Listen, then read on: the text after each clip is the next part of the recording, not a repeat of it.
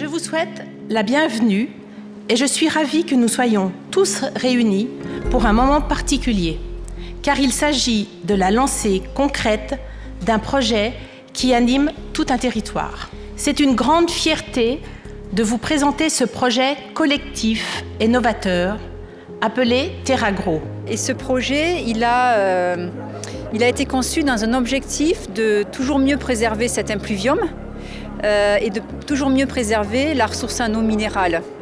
Il est parti d'un constat que les agriculteurs étaient soumis à un certain nombre de difficultés en termes de gestion des effluents d'élevage. Pour les agriculteurs, ils se sont regroupés sous forme de SICA pour fournir tous les effluents qu'ils produisent sur leurs exploitations, qui sont livrés aux méthaniseurs. Et la méthanisation est arrivée comme étant la solution parfaite pour arriver à la fois à pérenniser les exploitations agricoles du territoire au travers de ces nouvelles techniques et protéger la ressource en eau. Tous les agriculteurs du coin ont travaillé depuis 1992 avec les communes du secteur et Danone.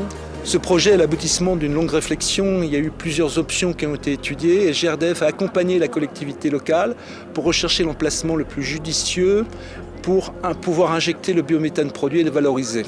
Le biométhane, qui est produit par le site de méthanisation, est injecté dans le réseau GRDF. Donc eux récupèrent le biométhane par le biais d'un poste d'injection et qui est ensuite distribué sur les utilisateurs.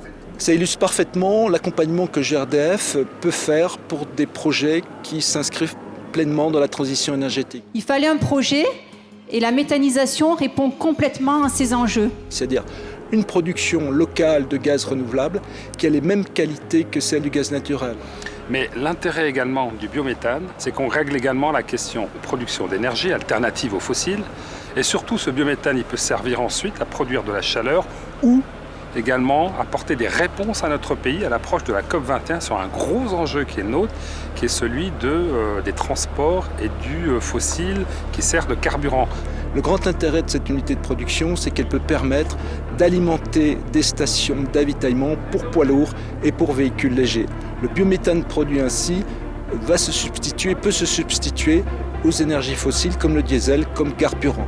C'est l'illustration d'un biocarburant de nouvelle génération. Et cette pose de la première pierre, elle représente aussi l'avenir du territoire en termes de pérennité de l'exploitation agricole, en termes de préservation de la ressource en eau minérale et de l'eau potable pour les 15-20 années à venir, et également cette voie vers les énergies renouvelables.